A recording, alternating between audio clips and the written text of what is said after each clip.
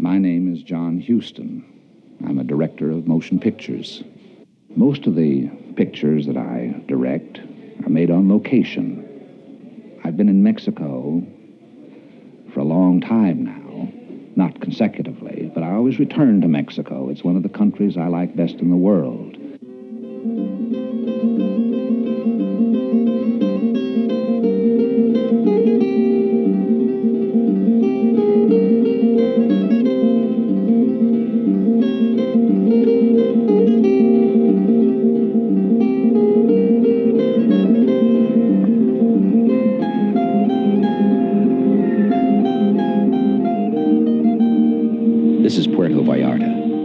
Stretch of Mexico's Pacific coast, 400 miles north and west of Mexico City. Life around here belongs to an easier time, secluded and uncomplicated. There isn't much connection with the outside world. Bad roads discourage intruders. The approach is by sea or by air. There are no telephones. The mail may or may not get through. From time to time, a handful of tourists find their way here to get warm and unwind. They call it a hidden paradise. For John Huston, there's no unwinding. He's come on business to direct his newest film, The Night of the Iguana. The picture is being shot 8 miles down the Pacific shore at a pretty place called Mismaloya. And here at Puerto Vallarta is the base camp for Huston and his stars, Richard Burton, Ava Gardner, Deborah Carr, Sue Lyon. Finding an unusual, almost secret setting for a motion picture is typical of Huston.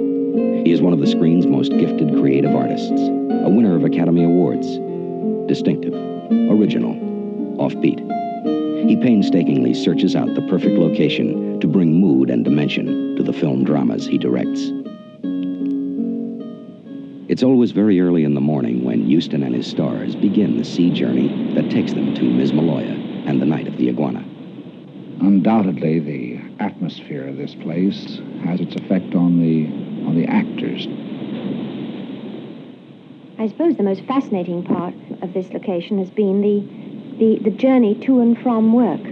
One is so used to living either in a town or like in Hollywood. Deborah Carr puts to sea. Getting into a car every morning and driving 45 minutes or perhaps an hour to the studio, and what a change. We have a beautiful 25-minute ride on the water to the location. One of the great attractions of being an actor, certainly in films and sometimes on the stage, is the fact that you see a great deal of the world. Whereas if one was simply a studio actor, one would be confined to Hollywood and London, and possibly Paris, and not to Mismaloya.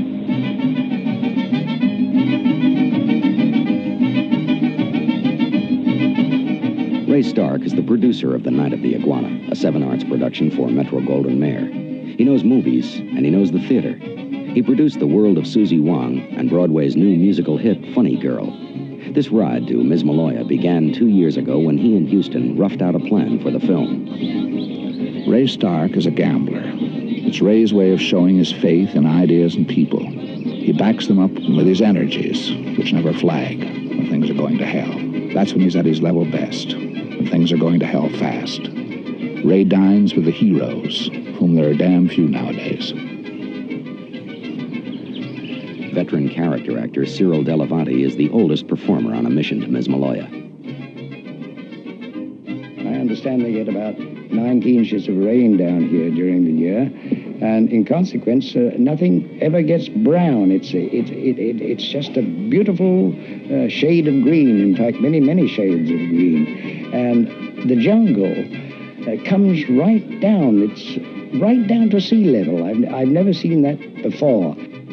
I first saw it about 7 or 8 years ago, and I remember thinking how very much like the South Seas it was.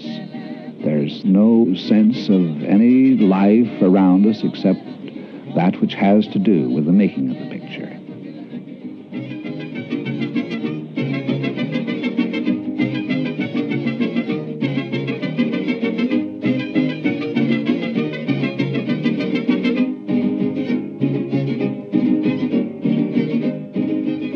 Setting foot on this dock marks the real beginning of the working day. This is the outer limit of Director Huston's location domain, 195 dazzling acres of jungle, mountain, and virgin seashore. There has never been a set quite like this. Across it, he is tracing Tennessee Williams' story of an unfrocked minister running amok in Mexico. Today's shooting will start at the top of the hill.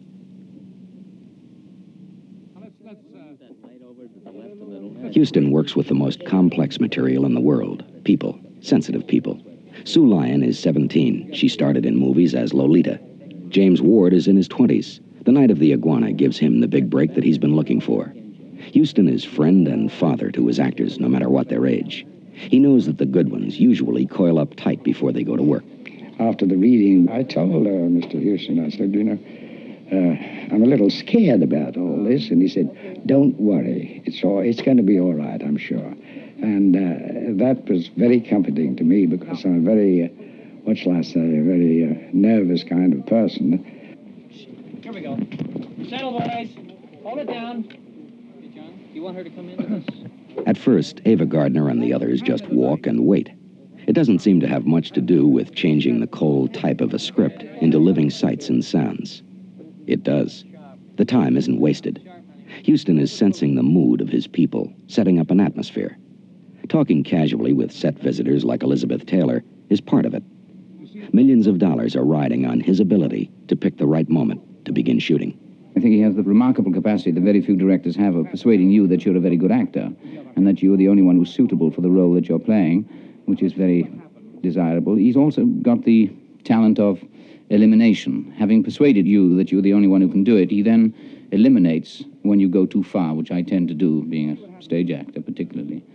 I find him rather weird and odd and caricaturish and wonderful. My name is Gabriel Figueroa.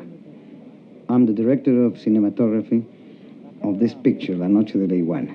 This is my first film with John Huston, a great director, and I have admired him for so many pictures and for a long time, and I always had an interest to work with him. Okay. Roll the camera. Silencio! Roll it.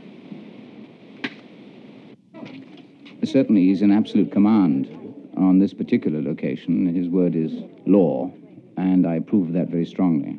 He has a very special facility to, I suppose the words inspire one, but I hate to say inspire because it sounds so pompous, but he does inspire one enormously. Okay. All right, Cyril. There's a kind of mystery in the way that Huston feeds feeling to his players from his own reservoir of emotion.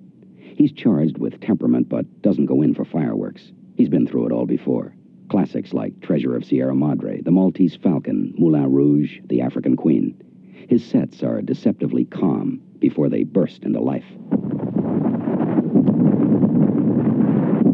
When you think of how little time they had to build this place, it's quite extraordinary that it was done in the time. The whole location and set is built up a hill, and this climb, first thing in the morning and about 50 times during the day, reduced my legs and everybody else's legs to jelly by the evening, and we were all complete wrecks. But we've got very fit, and we haven't put on any weight, and I think most of us have enjoyed the location enormously. The physical problem of building a set in the period, building not only a set, but accommodations for a crew in the period of time we had were tremendous. There were no roads leading to Mismaloya from Puerto Vallarta. We have a permanent crew of 125 that was necessary to house and feed. To do this, we built an entire miniature city on Mismaloya. Quiet now. Quiet. Roll it. Yes, that looks all right. That looks all right. This set was dense rainforest just 4 months ago, crawling with scorpions and iguanas. Now it's ready for one of Burton's biggest, toughest scenes. Tormented by alcohol, he finds himself lashed to a hammock and tries to break free. Huston will shoot this sequence over and over, then show the footage the next day in the projection room at Mismaloya. Burton will refuse to watch. I saw the first film I was ever in. I was very aware of the rushes because I saw all the rushes too. And then when I saw the film, I thought they'd cut out all the good stuff that I'd done. And so I started to dislike the director and the cutter. And probably they were right. And so I decided that in order to make myself feel amiable towards everybody in the set, I would never anymore go to see rushes.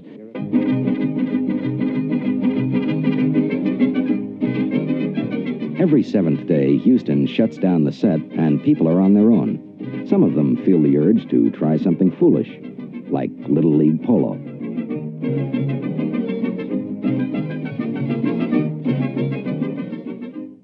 The iguana is a shifty-eyed super lizard who's been skulking through the Mexican jungle for millions of years. Without this specimen, Houston would have no picture. He stars in the title role. Through planning, instinct, and inspired improvising, John Huston is shaping a motion picture. He collaborated on the script with Anthony Vea. He has thought through the story hundreds of times. Now, he commands a company of 125 highly skilled motion picture workers. To each of them, he must communicate his conception of the finished film. He must know about more than actors and acting. He has to understand cameras, sound, lighting, logistics. He's a combination of sensitive artist and decisive field general. This is the meaning of being a director. It is one of the most demanding professions in the world. Huston always denies it. So far as directing the actors and the crew is concerned, well, I direct just as little as possible. And I get as much from others as I possibly can. Some of the best ideas I've ever had have come from other people. The trouble with him is he's such a marvellous actor that he can always act your part much better than you can. And I go straight home at night and put a bullet through my brain because he did it so beautifully. Huston is a man that has the ability to get along with people. He's a master. Everybody that has worked with him and that is working now with him always learns something from him.